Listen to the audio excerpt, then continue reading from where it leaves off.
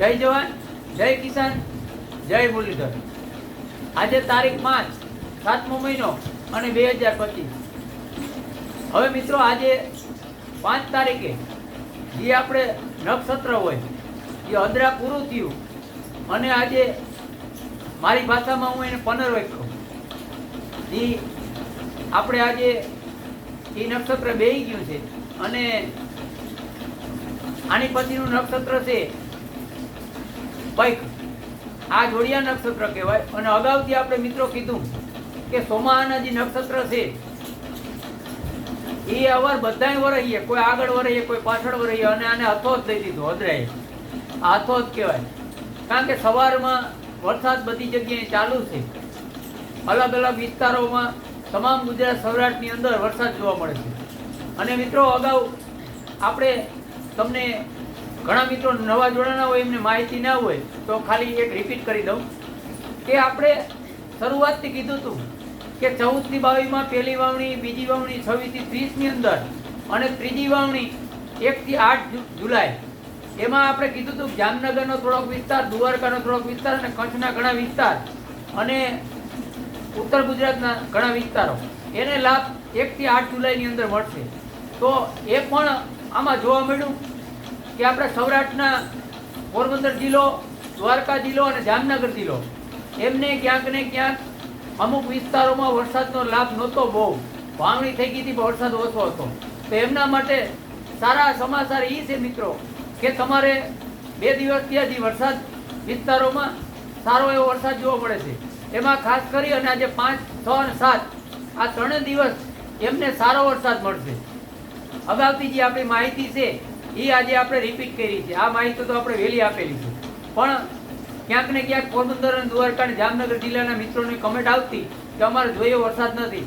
તો મિત્રો તમારો હવે આ રાઉન્ડમાં 7 તારીખ સુધીમાં રાઉન્ડમાં તમારો સારો એવો રાઉન્ડમાં લાભ મળી જશે, એટલે કોઈ મૂંઝાવાની વાત નથી, અગાઉથી આપણે કીધું હતું। અને મિત્રો આજે આપણે બીજી પણ એક માહિતી આપીએ। ઘણા મિત્રોને વાવણી હજી આ રાઉન્ડમાં થશે અને ઘણા કચ્છના એવા સેન્ટર છે અને ઉત્તર ગુજરાતના ઘણા વિસ્તારો છે કે 7 તારીખ સુધીમાં વાવણી થાય તો, અને કદાચ વાવણી થઈ ગઈ હોય તો હજી મારા અનુભવ પ્રમાણે વરસ લાંબુ છે, માંડવી વાવી શકાય। આ મારો અનુભવ છે, બાકી તમારો નિર્ણય તમે લઈ શકો। વરસ લાંબુ છે એટલે હું તમને આ માહિતી આપું, કારણ કે આમાં ઘણીવાર એવું પણ બનતું હોય હવામાન સપોર્ટ ના આપે, વરસાદ પુષ્કળ થાય તો ઉત્પાદન ના થાય। ઘણીવાર એવું પણ બને હવામાન સપોર્ટ આપે ને વરસાદ ઓછો થાય તો ઉત્પાદન વધારે થાય। પણ મારી દ્રષ્ટિએ વરસ સારું જ છે અને ઉત્પાદન સારા થવાના છે અને વરસ લાંબુ છે એટલે લેટ વાવણી છે એને મૂંઝાવાનું નથી, એટલે મારો અનુભવ છે એ તમને માહિતી આપું મિત્રો। અને જે આપણે અત્યારે આ રાઉન્ડ છે એ આપણે પહેલેથી કીધું હતું કે 1 થી 8 જુલાઈમાં 3 થી 6 માં ભારેથી અતિભારે વરસાદ થાય। આપણે તમામ ગુજરાત સૌરાષ્ટ્રની અને કચ્છની પણ સાથે માહિતી આપેલી છે અગાઉ વિડીયોની અંદર, એટલે મિત્રો એ રીતે જ આ રાઉન્ડ જોવા મળે છે। અને એમાં આપણે કીધું હતું કે 1 દી વધારે કે 1 દી પાછળ આગળ પાછળ થઈ શકે તો આજે 3 થી 6 વારો છે 7 તારીખ સુધી રહે અને 8, 9 ને 10 ઘણા મિત્રો એમ કે વરાપનું તમે નહોતા કહેતા અને 3 દીની વરાપ કયો। મિત્રો અસમજ ઊભી થાય છે, આપણે વરાપ કીધી છે એ સત્ય વાત છે, પણ આપણે મોટી વરાપનું પહેલે પણ ના પાડતા હતા ને આજે ના પાડી।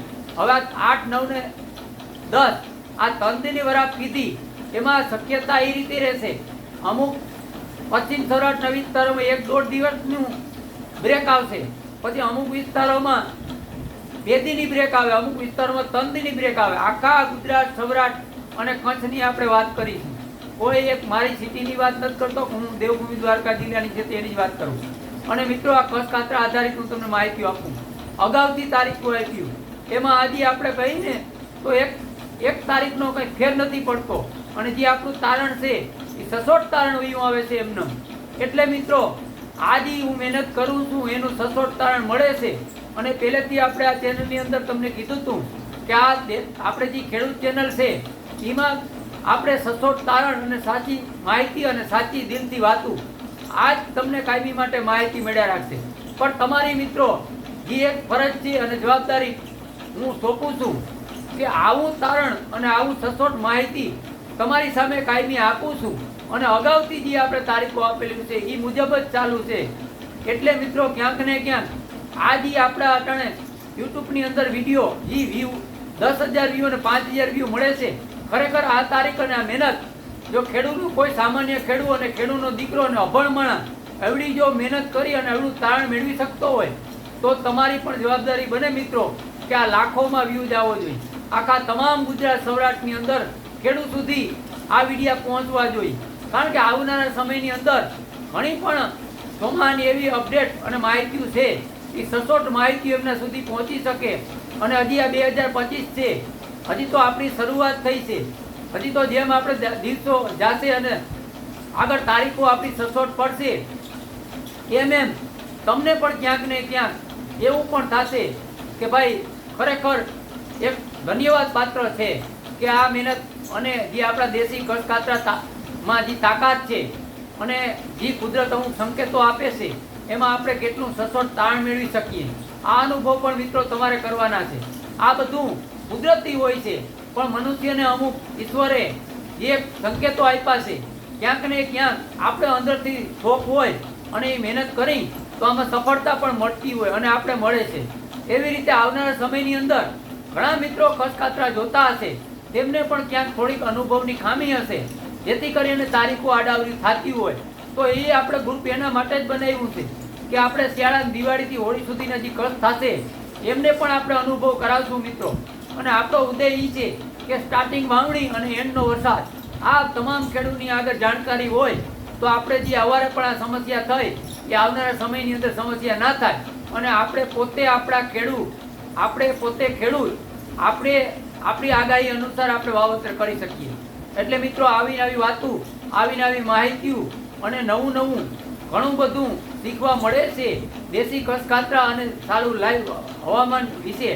એ પણ તમને હું માહિતી ઉગાડી અને આ જુલાઈ મહિનો પૂરો થાય તે પછી આપણે ઘણી બધી માહિતી પણ આપશું જે આપણે આ જે દેશી કચકાતરા જોતા હોય એમના વિશે. પણ ખાસ મિત્રો હજી ઘણા મિત્રો એમ કહે છે કે ભાઈ મોડલ નથી બતાવતા 12 થી 17 વાર રાઉન્ડનું શું થશે? તો 12 થી 17 વાળી હેલી છે આપણે એ તારીખમાં મુકમ થઈ અને અખંડ રહેવાના છે. આપણે કચકાતરા આધારિત આગાહી કરી, મોડલ જોઈને આગાહી નથી કરતા. પછી આપણે આગાહી ખોટી પડે તો ભલે અને સાચી પડે તો ભલે. અને એ તમને સંકેત દીધા છે કે આપણે જુલાઈની અંદર અતિવૃષ્ટિ દેખાય છે. એની તારીખ છે 13 થી 16, 1 થી 22 અને 28, 29.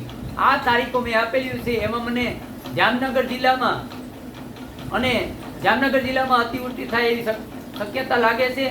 અને જે અમુક વિસ્તારોમાં અતિભારે વરસાદ થાય વધારે એવા વિસ્તારો પણ કચ્છનો અમુક વિસ્તાર હોઈ શકે, જુનાગઢ, પછી એવા ઘણા વિસ્તારો છે એમાં આ બધું માહિતી મેં અગાઉથી આપેલી છે અને આજે પણ તમને રિપીટ કરું છું.